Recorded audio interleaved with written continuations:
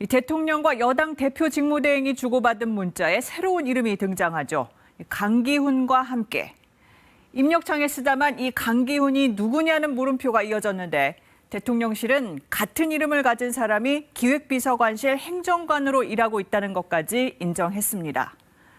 이 KBS 취재 결과 이 강기훈 행정관은 대선 직후 권성동 원내대표의 정무실장 역할을 맡았고 권 대표가 대통령 특사단으로 필리핀에 갈 때 함께했던 것으로 확인됐습니다. 지난달 말 필리핀 대통령 취임식에 특사단 대표로 출국하는 권성동 국민의힘 원내대표. 국회의원 6명 등이 동행했는데 화면 속 한 남성이 눈에 띕니다. 강기훈 행정관입니다.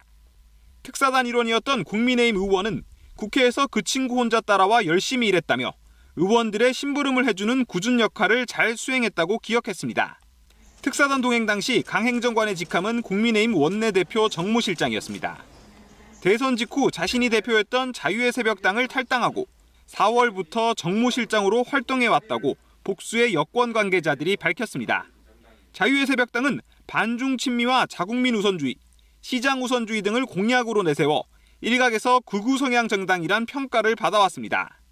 지난 대선 당시 강 행정관은 윤석열 캠프 외곽에서 청년 자문그룹으로 활동했습니다. 멸공을 외치며 멸치와 콩을 사는 모습을 올렸던 멸콩기획, 또 여가부 폐지와 주적은 북한 같은 한 줄 메시지 공약을 개발하는 데 기여한 것으로 알려졌습니다. 외곽에 2030 자문그룹을 하나 만들고 그리고 내부에는 우리 장해찬 그룹으로 해서 양 그룹으로 또 제가 여성가족부 폐지 같은 이런 단문 메시지를 그때 처음 시도를 한 거예요. 대통령실이 강 행정관의 구체적인 채용 경위에 대해 별도 설명을 하지 않고 있는 가운데 권 원내대표는 본인이 추천하지 않았다며 선을 그었습니다.